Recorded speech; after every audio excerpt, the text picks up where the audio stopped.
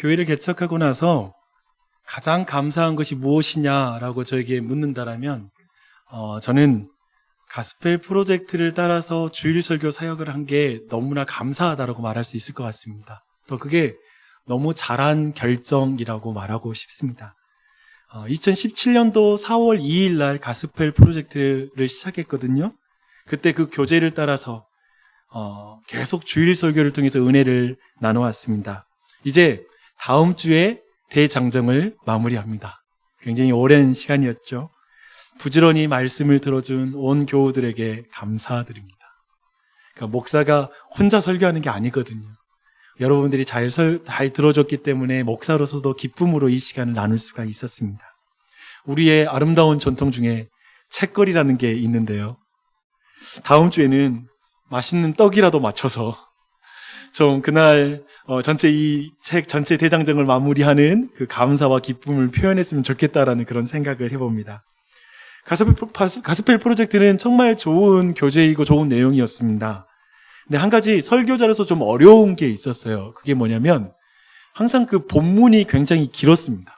사실 오늘 본문도 4장과 5장이 본문이에요. 그래서 4장과 5장을 전체 읽어야 되는데 오늘 우리는 5장만 읽었습니다. 아마도 그래서 여러분 설교할 때마다 박용주 목사가 설교를 굉장히 많이 다룬다라는 걸 느꼈을 거예요. 본문이 좀 길거든요. 제가 이 말씀을 드리는 것은 오늘도 4장도 봐야 합니다. 네. 우선 4장과 5장은 한 장소에서 일어나는 그런 사건입니다. 하늘의 궁정이라는 장소가 오늘 모든 이야기가 펼쳐지는 장소가 되는데요. 4장 4절을 볼까요? 함께 읽겠습니다. 또 보좌에 둘려 24 보좌들이 있고 그 보좌들 위에 24 장로들이 흰 옷을 입고 머리에 금관을 쓰고 앉았더라. 제가 이 장소가 하늘 궁전이라고 말했는데요. 지금 여기에 보좌라는 그 단어가 등장하죠. 그래서 여기 이곳이 하늘 궁전이라고 제가 이름을 붙였습니다. 고대 근동과 그리스 신화 그리고 동양 신화 이런 모든 공통적으로 인류의 모든 신화에서 신들은 사실 통치자들로 묘사되고 있습니다. 그리고 신은 보좌에 앉는 분이라고 이렇게 묘사되고 있죠. 그래서 구약 성경도 그렇습니다. 이사야서 6장이나 또 에스겔서 1장에 보면 동일하게 성경도 자주 하늘 성전을 우리에게 말하고 있습니다. 근데 이 궁정의 핵심적인 기능이 뭔가요? 핵심적인 기능은 통치이죠. 통치가 일어나는 그런 장소입니다. 그 통치가 일어나는 그 궁전에서 가장 중요한 인물들이 또한 있는데요. 가장 중요한 인물은 왕이겠죠. 그리고 왕을 보호하는 호위무사들도 있고요. 그런 의미에서 하늘에는 천군과 천사가 마치 왕을 호위하듯이 하나님을 호위하듯 그렇게 위치하고 있기도 하고요. 그리고 거기서 왕의 명령을 받아서 그대로 시행하는 그런 신하들도 또한 하늘 궁정에는 있습니다. 그래서 요한계시록의 4장은 이렇게 하늘 궁정에 등장하는 인물 그리고 그 하늘 궁정이 어떻게 생겨 있는지 그리고 의자 배치가 어떻게 되어 있는지 이런 것들을 묘사하고 있습니다. 등장인물과 무대를 상징이라는 문학을 통해서 설명하는 걸 여러분 좀 주의할 필요가 있습니다. 지난주 계속 말하고 있죠. 요한계시록을 사실적인 표현으로 보면 복잡해져요. 예를 들어 볼까요? 4장 3절은 보좌에 앉은 왕을 이렇게 묘사하고 있습니다. 앉으신 이의 모양이 벽옷과 홍보석 같고 또 무지개가 있어 보좌에 둘렸는데 그 모양이 녹보석 같더라 라고 이렇게 말하고 있습니다. 이런 표현을 그대로 받아들이면 하나님이 주얼리샵이 되는 것입니다. 그렇죠? 굉장히 이상해요. 막 보석 얼굴 하고 있고 이런 굉장히 기괴하게 돼요. 상징이라는 걸 기억할 필요가 있습니다. 하나님의 찬란한 아름다움과 그 영광스러움을 그리고 그 광채를 지금 이렇게 보석을 가지고 와서 설명하고 있는 것이죠. 근데 재밌는 게 보석을 한 가지가 아니라 보석을 여러 가지를 가지고 와서 설명해야 될 정도로 하나님의 영광과 아름다움은 그런 성격이라는 걸 말해주고 있죠. 그리고 5절을 보니까요. 방금 전에는 하나님의 시각적인 면을 보석을 가져와서 설명을 했는데 5절은 이렇게 말합니다. 보좌로부터 번개와 음성과 우레소리가 났다라고 말합니다. 뭐냐면 하나님의 음성은 그냥 한 가지로 설명되지 못하고 번개와 우레소리 그리고 많은 음성들로 하나님의 음성을 묘사하고 있습니다. 이 또한도 하나님의 권능이 있는 그 음성은 이 세상의 어떤 음성 한 가지로 묘사하기 힘들다라는 것을 말하고 있는 것이죠. 여러분, 성경에서 그리고 요한계시록에서 특히 하나님에 대한 이런 여러 다양한 묘사, 이런 다양한 표현들이 말하는 것을 볼 때 꼭 기억해야 될 문장이 있습니다. 이게 굉장히 신학적인 표현이지만 우리 모두 이해할 수 있는 문장입니다. 따라해 보겠습니다. 유한은 무한을 담을 수 없다. 되게 어렵게 말했죠? 그렇죠? 유한은 무한을 담을 수 없다. 이 말은 쉽게 말하면 작은 컵으로 바닷물을 다 담을 수 없다. 그렇죠? 어떻게 작은 컵을 가지고 바닷물을 담아요? 마치 그것처럼 유한한 인간은 무한하신 하나님을 다 실제로 볼지라도 그걸 다 파악할 수도 없고요. 그래서 천국에서 우리가 하나님을 매일매일 볼 때마다 새로운 이유는 뭐냐면 그분의 무한한 영광은 날마다 우리에게 파악되지 못하고 날마다 새롭게 와닿을 거라는 거예요. 그런 의미에서 하나님의 그 무한하심은 그렇게 아름답죠. 그래서 하나님을 다 파악할 수 없을 뿐만 아니라 그 파악한 하나님을 인간의 말로 표현할 때 또 두 번째 제한됩니다.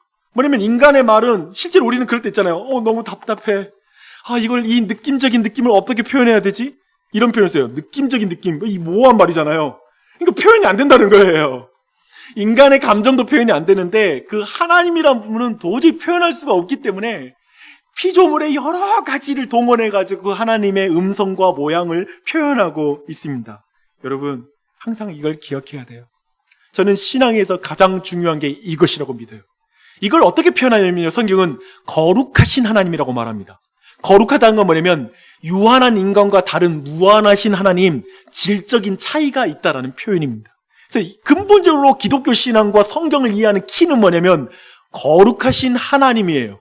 인간과 다른 그 하나님을 보는 것, 그 앞에서 우리가 바른 신앙으로 설 수가 있습니다. 사랑하는 여러분, 저는 오늘 여러분이 거룩하신 하나님을 보는 은혜가 있길 바랍니다. 그 하나님을 평생 동안 알아가는 은혜가 있기를 바랍니다. 제가 그 하나님이 유한의 무한을 담을 수 없다라는 그 예를 좀 더 들어볼게요. 보좌 주위에 네 생물이 있습니다. 7절 보십시오. 그 첫째 생물은 사자 같고, 그 둘째 생물은 송아지 같고, 그 셋째 생물은 얼굴이 사람 같고, 그 넷째 생물은 날아가는 독수리 같은데, 네 생물은 각각 6날개를 가졌고 그 안과 주위에는 눈들이 가득하더라. 여러분, 저는 천국에서 이거 다 합쳐놓은 이 존재를 실질적으로 본다면 기겁할 것 같습니다. 꿈에서라도 나타나면 정말 보고 싶지 않은 모습이죠. 아까 말했죠. 이건 상징이에요. 사실적 묘사로 이것을 접근해 나가면 진짜 천국에서 이런 동물 만날까 봐 겁이 납니다. 그렇죠? 보좌 위에 네 생물은 사실상 왕의 명령을 듣고 행하는 신하를 가리킵니다.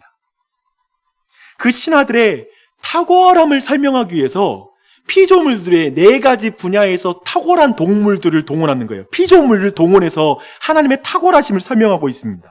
맹수 중에 가장 강한 사자, 가축 중에 가장 소중하고 값이 나가는 소, 그리고 맹금류 중에 가장 위협적인 독수리, 그리고 모든 피조물 중에 가장 지혜로운 사람, 이것을 동원해서 하나님의 명령을 수행하는 그 천사들을 피조물을 설명하고 있는 것이죠.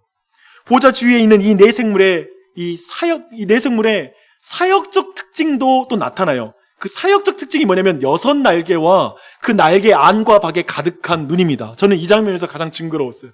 막 머리로 저는 상상이 좋아가지고 막 날개에 눈이 달려있는 거 생각하니까 너무 징그럽더라고요. 근데 다시 말하면 상징인데요. 6날개는 뭘 말하는 것일까요? 움직임이죠. 기동력입니다. 빠르다라는 것을 의미합니다. 그리고 날개의 안과 밖의 눈들은 모든 것을 보고 있다라는 것을 상징하는 것이죠. 우리말도 그런 말이 있잖아요. 그 사람 눈은 뒤통수에도 달린 것 같아. 그 사람 눈은 한 100개쯤 가지고 있는 것 같아. 이런 표현을 쓰는 것과 동일한 표현이라고 이해하시면 됩니다. 그렇다면 왕의 신하들을 통해 지금 하나님은 온 세상을 빠짐없이 보고 있다는 거예요. 보좌에서 온 땅을 통치하되 빠짐없이 보고 하나님은 통치하고 있고 신속하게 그 모든 것을 다스리고 그리고 하나님의 뜻을 이루는 분이시라고 이렇게 이 모든 걸 통해서 묘사하고 있습니다. 그런데 여기에서 하나님이 왜 사도 요한에게 하늘 궁전을 지금 요한계시록의 서론에서 보여주는지 한번 그 의미를 생각해야 됩니다. 종종 우리는 요한계시록을 보다 보면 의미를 모르니까 여러 묘사들도 다 놓치고 지나갈 때가 있잖아요. 잠시 그 의미를 한번 생각해 보십시다. 사도 요한은 지금 하나님의 말씀과 예수님의 말씀을 증언했기 때문에 그 로마 당시에 그 정치범들을 수용하는 반모섬에 지금 갇힌 상황입니다. 당시에 로마를 통치하고 있었던 왕이 도미티안 황제라고 불리는데요. 그가 가진 캐치프레이즈가 있어요. 그는 이런 왕이 되고 싶었어요. 그것은 이것입니다.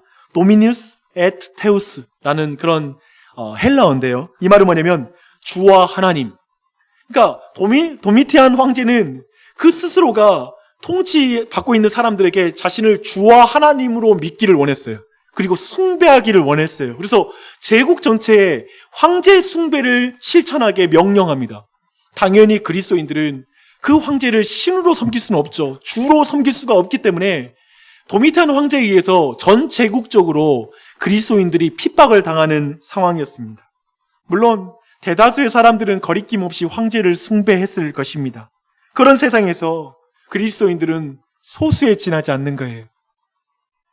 그리고 지금 그들의 눈앞에는 저 살아있는 권력, 저 눈에 보이는 도미티안 황제가 진짜 살아있는 권력처럼 보이는 상황이었던 것이죠. 그리고 그들의 하나님, 눈에 보이지 않는 그 하나님은 마치 허수아비 왕처럼 보였을 거예요. 믿긴 믿지만 아무런 능력이 없는 신처럼 비춰지는 것이죠. 사악한 그런 세상에서 아마도 하나님을 신실하게 따르는 사람들 또한도 많은 사람들이 하나님을 섬기는 게 정말 사소하게 보였을 것입니다. 그 하나님을 믿기 때문에 박해를 받는 상황이잖아요. 그렇게 박해를 받고 있는 사람들에게는 아마도 그리스도인들은 어리석어 보이는, 내가 이렇게 사는 게 맞나라는 그런 생각도 들었을 것입니다. 이런 상황에 있는 모든 신자들에게 하나님께서 하늘의 진짜 궁전을 보여주는 거예요. 여러분에게는 그 진짜 궁전을 보는 요한계시록의 3장을 볼 때 여러분의 감정은 뭡니까? 하늘 궁전에 묘사된 모든 내용이 여러분에게는 어떻게 와닿습니까? 근데 4장 1절이 정말 기가 막힌 표현을 하고 있어요. 여기에서 여러분이 그렇게 느끼는 느낌이 어떤 느낌인지, 만약 그 느낌을 여러분 못 느낀다면 뭐가 문제인지를 보여주는 게 4장 1절이에요. 2일 후에 내가 보니 하늘에 열린 문이 있는데 라고 말합니다. 지금 하늘 궁전과 눈에 보이는 세상을 연결시켜주는 하늘의 문이 열려 있는 거예요. 저는 여러분에게 저 열린 문이 보이는 은혜가 있길 바랍니다. 열린 문을 보지 못하면 어떻게 될까요? 현실 속에서 땅의 눈으로 이 땅을 살아가는 것이죠. 보이는 것은 로마의 황제밖에 보이지 않죠. 현실 권력밖에 보이지 않아요. 도미티안밖에 보이지 않아요. 우리 이 땅의 도미티안은 뭡니까? 이 세상의 통치 시스템일 수 있죠. 우리 모두 출세해야 되잖아요. 권력이 있는 자리, 통치 시스템에서 높은 자리에 서야 되는 그 이유가 무엇입니까? 우리는 거기서 최정점에 있는 사람에게 가까이 가고 싶을 것입니다. 또한 권력 시스템이든지 경제 시스템이든지 최근에 이건희 씨가 돌아가셨지만 우리 모두 그런 부자가 되고 싶고 그런 사람 가까이 가고 싶은 이유는 무엇입니까? 그게 현실적이니까요. 현실적으로 살아있는 권력처럼 보이기 때문에 그렇습니다. 하늘 문은 닫혀 있고 그저 눈에 보이는 것이 전부일 때 그렇습니다. 이 세상에서 하나님의 통치는 안 보여요. 하나님이 뭘 다스려요? 하나님의 눈이 가득하긴 뭐 눈이 가득해요. 하나님이 날개가 6개예요? 아니 무슨 6개예요? 이렇게 더디기만 하고 내 삶을 버는 것 같지 않다라고 느껴지는 것이죠. 어두운 세상에서 하늘문이 닫힌 때 그런 일이 벌어집니다. 그래서 하늘 보좌를 보지 못하는 거예요. 하늘 보좌에서 지금 온 땅을 통치하고 있는 그 하나님이 보이지가 않는 거예요. 하늘문이 닫혀 있거든요. 그런데 하나님이 오늘도 우리 모두를 이 자리에 보내주신 것은 하늘문이 닫힌 상태로 여러분을 두지 않기를 원하시는 것이기 때문에 그렇습니다. 저는 여러분에게 하늘문이 열려 있는 것이 보이길 바랍니다. 저는 여러분이 그 열린 문으로 들어가서 하늘 보좌에 앉으신 하나님을 보는 그 은혜가 있었으면 좋겠습니다. 그 왕은 보좌에서 우리 모두에게 지금 질문하십니다. 누가 온 세상을 다스리는가? 누가 너의 인생을 다스리는가? 누가 너의 가정을 다스리는가? 이렇게 질문하고 있습니다. 대답하십시오. 여러분 고백하십시오. 로마의 도미티안 황제입니까? 여러분의 삶의 중심에는 누가 있습니까? 그 보좌에는 누가 있습니까? 여러분 거기에 답하십시오. 사랑하는 여러분, 저 내 생물과 24장로, 곧 24장로는 천상의 교회를 말하는 거거든요. 그 교회는 이렇게 대답해요. 여러분, 저는 그 천상에서 하나님께 대답하는 누가 온 세상의 통치자이냐라는 거에 답하는 그들의 답이 여러분이 가지고 있는 답과 어떻게 되는지 비교해 봤으면 좋겠어요. 그리고 그 고백을 여러분이 동일하게 했으면 좋겠습니다. 그들은 이렇게 고백합니다. 거룩하다, 거룩하다, 거룩하다. 주 하나님 곧 전능하신 이여, 전에도 계시고 이제도 계시고 장차 오실리시라. 우리 주 하나님이여, 영광과 존귀와 권능을 받으시는 것이 합당하오니 주께서 만물을 지으신지라. 만물이 주의 뜻대로 있었고 또 지으심을 받았나이다. 주 안에 사랑하는 여러분, 이 찬양을 천상의 교회와 함께 이 시간 함께 고백하는 은혜가 있길 바랍니다. 아멘! 아멘이라는 그 고백이 여러분에게 있기를 바랍니다. 세상의 중심에 하나님의 보좌가 있습니다. 하늘문이 열린 자는 그걸 보게 됩니다.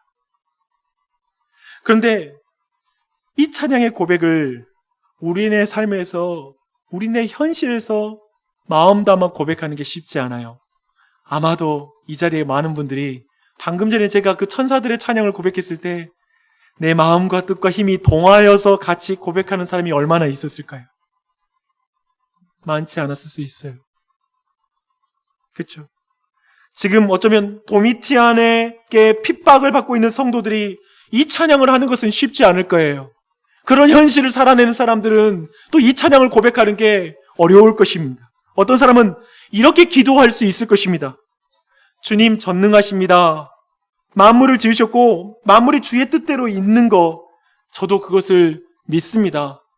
좀 믿음이 약해졌지만 그래도 너는 어려운 푸시나마 내가 어려서부터 들어왔던 그 내용을 믿습니다. 그런데 이 세상은 왜 이 모양입니까? 주의 뜻을 어기고 질서를 깨뜨리는 사람들이 왜 이렇게 많고 그 사람들은 왜 이렇게 떵떵거리며 삽니까? 왜 이렇게 도미티안들이 황제처럼 살죠? 왜 그리스도인들이 도리어 핍박을 받고 고난을 당하며 왜 저렇게 경제적으로 어려움 가운데 처하는 것이죠? 왜 그렇죠? 왜 참된 왕은 이렇게 속히 오셔서 이 모든 걸 바로잡지 않는 것이죠? 왕이시여 속히 오셔서 이 모든 것을 바로잡아 주시옵소서. 이렇게 기도하는 사람들이 있을 것입니다. 여러분이 성경을 믿는 분이라면, 그리고 여러분이 하늘문이 열려있고 그 가운데 보좌를 보는 분이시라면, 그렇지만 어느 순간 영적으로 침체되어서 지금 그 모든 것들이 흐려진 분이 계시다면 그분들은 질문할 것입니다. 왜 하나님은 이런 방식으로 세상을 통치하십니까? 왜 여전히 예수님이 승천하신 후에 2000년이 지났는데도 이 땅에 도미티안은 이렇게 강하기만 하고 왜 성도들은 이렇게 나약해 빠져 있습니까? 왜 교회는 이 모양입니까? 왜 하나님은 이런 방식으로 세상을 통치하십니까? 하나님의 눈은 어디에 있고 하나님의 날개는 어디에 있습니까? 왜 나에게는 더디 오시고 왜 하나님은 나를 이렇게 보시지 않는 것입니까? 이렇게 말하는 사람도 있을 것입니다. 그렇죠? 이런 질문과 이런 소원, 이것에 대한 답이 5장에 그 답이 나옵니다. 5장이 여기에 대한 답을 주고 있습니다. 보좌에 앉으신 왕이신 하나님은 어떻게 역사를, 이 세상을 다스리고 계시는지를 보여주십니다. 알려주십니다. 5장 1절을 보십시오. 내가 보매 보좌에 앉으신 이의 오른손에 두루마리가 있으니 안팎으로 썼고 7인으로 봉하였더라. 보좌에 앉으신 하나님의 손에 7인으로 봉하여진 두루마리가 들려 있습니다. 이 두루마리가 중요합니다. 이 두루마리는 6장 이하를 보니까요, 장차 있을 심판과 관련된 하나님의 말씀이 바로 이 두루마리에 있는 내용이 됩니다. 여러분, 이 심판이란 무엇입니까? 심판은, 우선 우리가 가진 심판은 뭐냐면 나쁜 사람에게 벌을 내리는 것, 이게 우리가 가진 심판에 대한 첫 번째 이미지인데요, 그건 반쪽만 알고 있는 그런 심판에 대한 개념입니다. 이게 굉장히 중요해요. 여러분, 이런 개념은 잘 정리해 두셔야 돼요. 한번 재판을 상상해 보겠습니다. 최종적으로 대법원, 헌법재판소까지 가서 판결이 딱 났어요. 그때 한쪽은 구원을 받고 한쪽은 형벌을 받습니다. 이게 심판이에요. 즉 뭐냐면 의인과 악인이 확연히 나뉘어서 합당한 형벌을 받는 것, 판결을 받는 게 바로 심판입니다. 그래서 심판은 두루마리라는 것은 그것이 열릴 때 역사 가운데 하나님의 구원과 하나님의 형벌이 주어지는 것, 이게 바로 심판의 역사입니다. 이해되시죠? 이 두 가지가 같이 일어나는 것입니다. 근데 이 일곱을 떼기에 합당한 사람, 즉 역사 가운데 이제 하나님의 심판의 역사, 구원과 그리고 형벌을 내리는 이 역사가 진행되는 것을 이룰 수 있는 분이 누구시냐 했을 때 아무도 그 하늘 위에나 땅에나 그 두루마리를 뗄 사람이 아무도 없다라고 이렇게 말하고 있습니다. 그리고 심지어 보니까요, 아무도 없으니까 요한이 울기 시작합니다. 이게 좀 이해할 필요가 있어요. 지금 두루마리를 열어서 볼 자가 없어서, 그런 합당한 자격을 갖춘 자가 없어서 요한이 우는 거예요. 이게 왜 울까? 왜 그가 그런 감정을 가질까? 한번 이해할 필요가 있는데요. 그렇다면 지금 요한이 처한 상황, 교회가 처한 상황을 이해할 때 요한이 왜 우는지 이해가 됩니다. 아까 말했죠. 지금 악한 도미티안 황제에 의해서 성도들이 핍박당하고 있고요, 죽어나가고 있는 거예요. 그 상황 가운데 이때 두루마리를 뗄 자가 없다라는 건 뭐냐면 심판의 역사, 그 역사를 이룰 자가 없는 거예요. 그 역사가 진행될 수 없는 거예요. 당연히 구원이 필요한 그 요한에게 이것은 너무나 슬픈 일이고 정말 심판이 일어나야 될 상황 가운데 그것이 안타까운 것이죠. 그래서 그가 울고 있습니다. 근데 이때 장로 중 한 사람이 요한에게 복음을 전해줍니다. 눈물 뚝이라고 말하죠. 울지 마.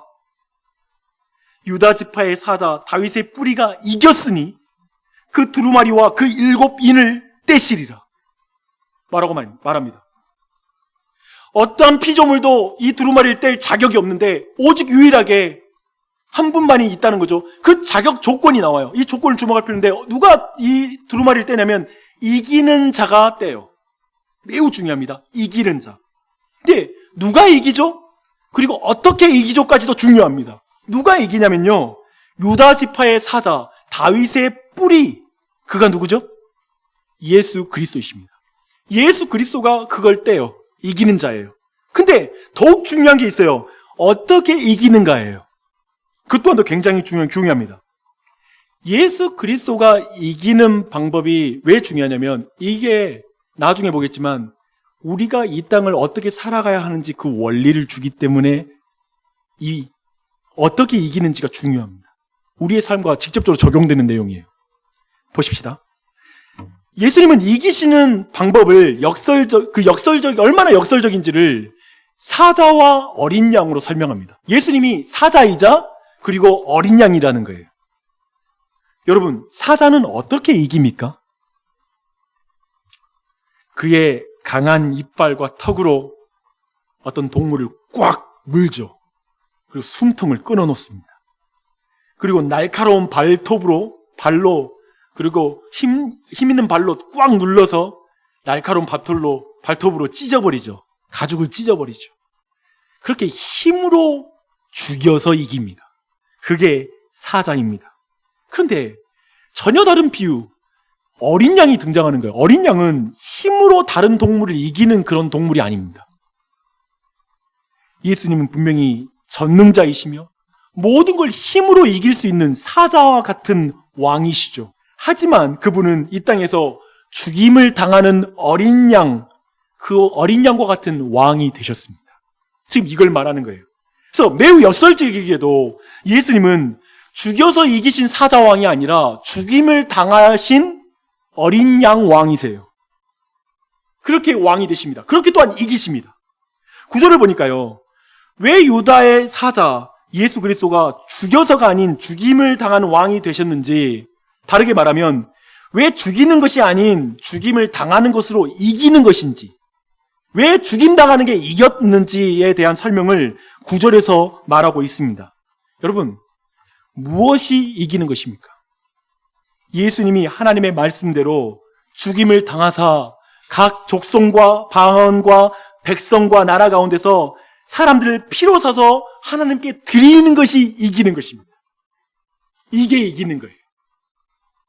이 하나님의 말씀대로 하나님을 떠나 죄의 노예가 된 모든 사람들, 그래서 죽을 수밖에 없는 모든 죄인들을 위해서 대속의 죽음, 자신의 피를 속죄의 피, 속전으로 지불하시고 그 영혼을 사서 하나님께 돌리는 것, 그것으로 예수 그리스도는 이기십니다. 그래서 그분은 어린 양 왕이신 것입니다.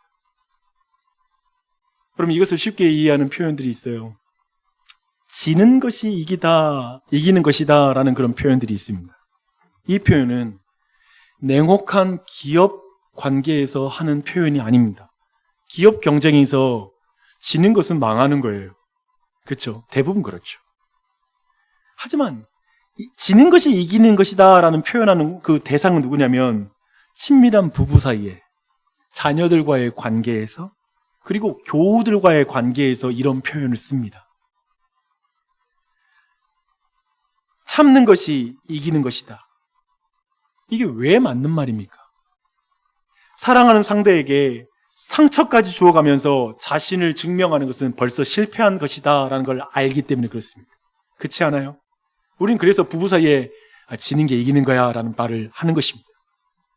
이 땅에서도 대상과 목적에 따라 이기는 방법이 달라집니다. 그렇죠? 부부 사이는 지는 게 이기는 거예요. 그렇죠? 죄를 사랑하는 죄인을 이기는 하나님의 방법은 십자가에 달려 죄인을 향한 하나님의 사랑을 드러냄으로 이기는 것입니다. 하나님이 사자와 같이 무서운 힘으로 사람들의 목을 비틀고 그리고 그들을 고통스럽게 만들어서 하나님이 우리의 왕이 되시는 게 아니라 하나님, 왕이신 하나님이 십자가에 달려 죽는 어린 양이 되심으로 우리의 죄를 이기시는 것입니다. 주님이 사랑으로 우리의 죄를 이기시는 것입니다. 그로 말미암아 이제 예수님을 믿는 사람들은 하나님 앞에서 하나님의 나라와 제사장이 되고요. 그리고 그 땅에서 왕 노릇하는 사람이 되게 하셨다라고 말합니다. 그게 예수님께는 이기는 것입니다. 여러분 보십시오. 예수님께서 우리를 사랑으로 어린 양이 되어서 우리를 사랑하신 이유는 뭐냐면, 죽으신 이유는 뭐냐면, 그분은 우리가 두려워 벌벌 떨면서, 사자 앞에 벌벌 떨면서 그분을 예배하는 존재가 되길 원치 않으시기 때문에 그렇습니다. 그분의 사랑에 설득되어서 하나님을 사랑함으로 예배하는 걸 주님이 기뻐하시기 때문에 그분은 어린 양으로 왕이 되십니다. 죽는 것으로 이기십니다. 이것이 성경이 말하는 복음입니다. 이렇게 죄인을 위해 대신 심판을 당하신 어린 양 예수님만이 두루마리의 임봉 곧 심판의 역사를 완성하시기에 합당한 분이시다라고 요한계시록은 말하는 것이죠. 이분만이 그것을 행하기에 합당하다는 거예요. 그렇기 때문에 죄인들은 하나님의 역사, 심판의 역사에서 기여할 게 없습니다. 오직 하나님만이 일을 행하십니다. 죄가 없으신, 아니 죄인을 위해 대속하신 의로우신 예수님이 인류 역사의 주인이신 것입니다. 여러분, 이것이 중요합니다. 그리고 하나님은 예수님이 핏값을 주고 하나님의 소유로 돌린 사람들을 하나님의 나라와 제사장으로 삼으셨습니다. 우리가 그 수혜자입니다. 이 또한 사자와 어린 양이신 예수님의 교회 버전의 표현이 이거예요. 나라와 제사장. 그 나라는 어떤가요? 하나님의 의롭고 권능 있는 사자와 같은 그 권능이 드러나는 통치가 임하도록 하는 게 교회의 역할이에요. 그쵸? 반면에 그걸 어떻게 하는 줄 아세요? 그 방법. 이 땅에서 교회가 세상 앞에 하나님의 사자와 같은 권능 있는 통치를 드러내는 방법은 제사장이 되어서, 즉 어린 양과 같이 자신을 희생하고 섬김을 통해서 하나님의 나라가, 하나님의 권능 있는 통치가 세상에게 임하도록 드러내는 게 바로 교회입니다. 그래서 교회는 하나님의 나라요 제사장인 것입니다. 그리고 더해서 말하죠. 이 땅에서 그것이 바로 왕노릇하는 삶이다 라고 말합니다. 왕노릇, 우리가 생각하는 왕노릇이 아니에요. 우린 누군가의 위에서 명령하는 게, 힘으로 누르는 게 왕인데 전혀 달라요. 어린 양 왕, 어린 양의 방법으로 이 땅에서 왕노릇하는 자. 그래서 우리가 왕노릇하는 건 물론 우리의 기대와는 좀 다를 수 있지만 어린 양과 같이 왕노릇하는 것입니다.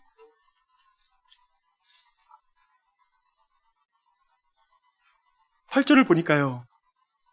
두루마리를 취하신 예수님으로 말미암아 성도들의 기도가 하늘의 근대접에 가득하게 됩니다. 뭔가 하나님께서 이 땅에서 이루시는 그 두루마리를 열고 하시는 그 심판의 역사, 구원의 역사 가운데 교회가 기여하는 것을 보여주고 있어요. 그렇죠? 기도가 거기에 담기는 거예요. 어떻게 담기죠? 어린 양 예수의 이름으로 기도하는 기도가 거기에 담기는 거죠. 제사장, 나라, 희생과 섬김의 왕노릇, 기도 등이 종말에 최종적으로 심판의 역사의 성취, 구원의 역사의 완성과 연결이 되는 것입니다. 우리 모두가 거기에 연결되어 있습니다. 이게 우리의 삶과 매우 밀접하게 연결된 내용입니다. 이런 모든 것이 보여주는 것은 한 가지예요. 예수 그리스도는 역사의 주인이십니다. 교회는 그 역사의 종입니다. 우리가 그 역사의 종입니다. 이렇게 종말은 이미 시작되었고요. 완성을 향해 달려가고 있습니다. 이것을 다르게 말하면 예수님께서 초림하셔서 십자가에 달리신 것부터 사실상 최종적 심판이 이미 시작됐습니다. 부분적이긴 하지만요. 이런 말입니다. 로마서의 표현을 따르면 택하신 자들의 죄를 향한 의로우신 하나님의 무서운 진노의 심판이 십자가에서 단번에 일어났습니다. 그래서 예수님을 믿는 사람들 있잖아요. 예수님의 공로를 믿는 사람은 이미 예수 그리스도와 함께 십자가에서 최종적인 심판을 이미 받아버렸어요. 아까 말한 것처럼 종말에 있을 심판이 두 번째 심판을 이미 우리가 받은 거예요. 그러나 예수님을 믿지 않는 사람들, 그 사람들은 아직 심판에, 궁극적인 심판이 남았습니다. 예수님이 재림하실 때 그때 영원한 심판을 받게 됩니다. 이것이 성경이 말하는 것이죠. 그래서 그런 의미에서, 어떤 의미에서 볼 때, 그런 의미에서 지금 우리가 교회가 이 땅에서 하는 일은 예수님의 심판 사역을 계속해야 돼요. 근데 그 심판 사역이 뭐냐면, 이건 여러분이 이제까지 들어보지 못한 표현일 것입니다. 복음 전도가 심판 사역입니다. 예? 그럼 구원 사역이잖아요. 하나님의 사랑만을 드러내는 사역이잖아요. 맞죠? 뭐냐면 예수 그리스도가 당신의 죄를 위해서 심판을 당하셨습니다. 그분을 믿으면 당신이 함께 심판을 이미 당하고 이제 당신은 의인이 되었습니다. 구원받을 수 있습니다. 라는 복음의 말씀을 듣고 이걸 안 믿는 사람은 심판이 그때 시작되는 것이고요. 그걸 믿는 사람들은 이미 심판을 받은 자로서 산다는 거예요. 이해되시죠? 그래서 복음을 전할 때는 무서운 거예요. 이 사람이 복음을 듣고 받아들이지 않는 건 무서운 심판이 이루어지기 시작하는 거예요. 성경은 그렇게도 표현하고 있습니다. 이렇게 온 세상에 복음이 전해지다가 예수님이 다시 오실 때 우주적인 심판이 일어날 것입니다. 그때 도미티안과 같은 세상을 향한 완전하고 궁극적인 심판이 일어날 것입니다. 문제는 그때까지 이 세상에 도미티안이 여전히 강하다는 것입니다. 이 세상은 이 세상대로 그냥 움직이는 것처럼 보이기 때문에 우리는 보이는 것에 너무 쉽게 속는다는 것입니다. 도미티안이 떵떵거리고 삽니다. 세상의 중심은 서울, 대한민국 중심이죠. 아니면 세상의 중심은 뉴욕, 그리고 베이징, 이런 세상에 하나님의 통치는 보이지 않습니다. 트럼프가 될 것인지 바이든이 될 것인지 이게 매우 중요합니다. 그것이 우리의 실제 삶하고 너무 영향을 줍니다. 한국 경제와 그리고 대한민국의 통일, 미래, 모든 게 미국 대통령이 누가 세워질 것이냐. 사실 현실적으로 그게 중요하다고 말합니다. 이런 세상 속에서 하나님의 주권은 보이지 않고 하나님을 섬기는 건 사소해 보입니다. 그렇지 않습니까? 대한민국 온통 들끓는 건 다음 대통령 누가 될 거냐. 그것으로 인해서 우리의 하나님 나라가 이 땅에 임하는 것처럼, 인생 다 바뀔 것처럼, 내 인생 펼 것처럼 모든 걸 정치에 올인하는 분위기입니다. 왜요? 도미티안이 강하니까요. 도미티안이 살아있는 권력처럼 보이니까요. 그것을 따르는 게 내 인생이 유익하다고 생각되니까요.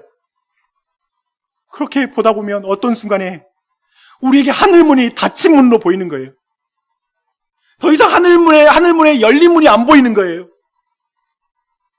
닫힌 문의 이에게는 주님을 따르는 것이 너무 어려운 거예요.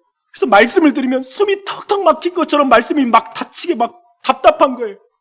왜 이렇게 어려운 말씀이 주어졌는지. 왜냐하면 하늘 문이 닫혀 있다고 생각하기 때문에 그렇습니다. 하늘 문이 열려 있는 것 보는 것. 그리고 왕이신 하나님께서 온 세상을 통치하고 있는 것을 보고 믿을 때만이 우리는 이 땅에서 하나님의 통치를 받을 수가 있는 것이죠. 지난주에 살펴본 2장과 3장에 나온 7개의 여러 가지 신앙 형태가 바로 우리의 모습일 것입니다. 책망만 받는 사람, 또 어떤 사람들은 칭찬만 받을 것 같은 사람, 책망과 칭찬을 고루 받을 것 같은 신앙, 여러 모습으로 우리는 신앙생활하고 있을 것입니다. 그런데요, 지난주에 제가 이번 주에 보기 위해서 안 본 아주 중요한 내용이 있습니다. 2장 7절입니다. 귀 있는 자는 성령이 교회들에게 하시는 말씀을 들을지어다. 이기는 그에게는 내가 하나님의 낙원에 있는 생명나무의 열매를 주어 먹게 하리라. 11절입니다. 귀 있는 자는 성령이 교회들에게 하시는 말씀을 들을지어다. 이기는 자는 둘째 사망의 해를 받지 아니하리라. 17절. 이기는 그에게는 내가 감추었던 만나를 주고 또 흰돌을 줄 터인데. 26절. 이기는 자와 끝까지 내 일을 지키는 그에게는 만국을 다스리는 권세를 주리니. 7교회 모두 마지막에 이기는 자라고 말합니다. 아니요. 목사님, 방금 전에 예수님이 다 이겼다고 했잖아요. 왜 우리가 이길 필요가 있죠? 주 안에 사랑하는 여러분,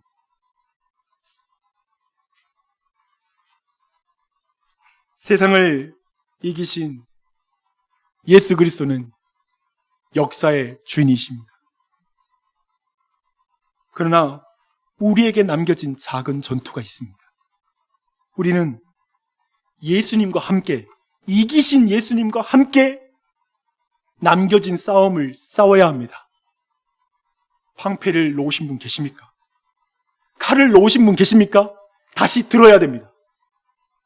성경은 우리에게 남겨진 고난을 당하라고 말하고 있습니다. 예수님 그 명령을 하셨죠. 그리고 자기 십자가를 지고 나를 따르라고 명령하고 있습니다. 제가 한국교회를 엉망으로 만들어버린 그 신앙관이 있다고 생각하는데요. 그게 뭐냐면 예수님이 맞으심으로 너는 치유됐어라는 표현입니다. 예수님이 가난하게 되심으로 우리는 부자가 되었다라는 가르침입니다. 제가 볼 때 이거 완전히 반성경적인 가르침이었습니다. 그래가지고 지금 그 말하면서 지금 가난하면 안 된다고, 예수님 가난해지셨으니까 너는 부자 되는 게 성경적이라고 가르쳤던 가르침 다 엉망입니다.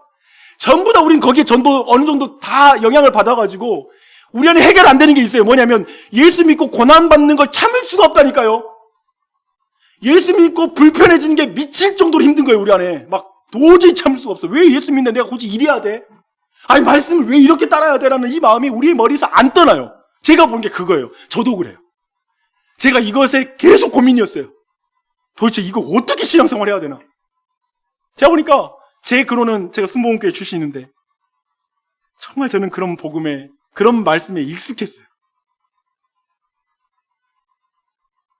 근데 성경은 남겨진 고난을 당하라고 말하고, 사도 바울은 핍박을 당할 때 뭐 어떤 식으로 멘탈이 어떻게 돌아가냐면 예수님의 복음 사역이 아직도 어린 양의 모습으로 여전히 이루어진다는 거예요. 주님 오시는 날까지, 재림할 때까지 어린 양으로 복음이 증거되고 있는데 예수님이 여전히 고난받으시는 걸 이해하는 거예요.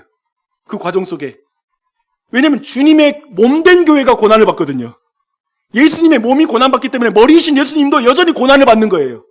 근데 자기가 칠삭동이 지나지 않고 별 볼 일 없는 자신이 예수님의 고난에 참여하는 게 너무 큰 영광이라고 생각하는 거예요.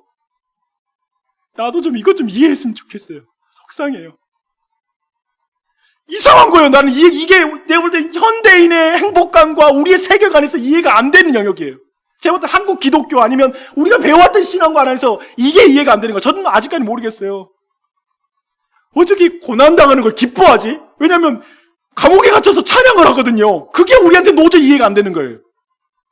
근데 완전히 그걸 뒤집는 거예요. 그리스도의 고난에 참여하는 게 내게 영광이다. 내가 좀 잘 살 수 있는데 예수님 때문에 이런 불편을 느낄 수 있다는 게 얼마나 기뻐? 이런 생각을 가지고 신앙생활을 하는 거예요. 성경이 말하는 재림 때까지 우리는 사자 맞아요. 교회는 사자와 같아요. 근데 주님 오실 때까지 교회의 방법은 뭐냐면 어린 양으로 사는 거예요.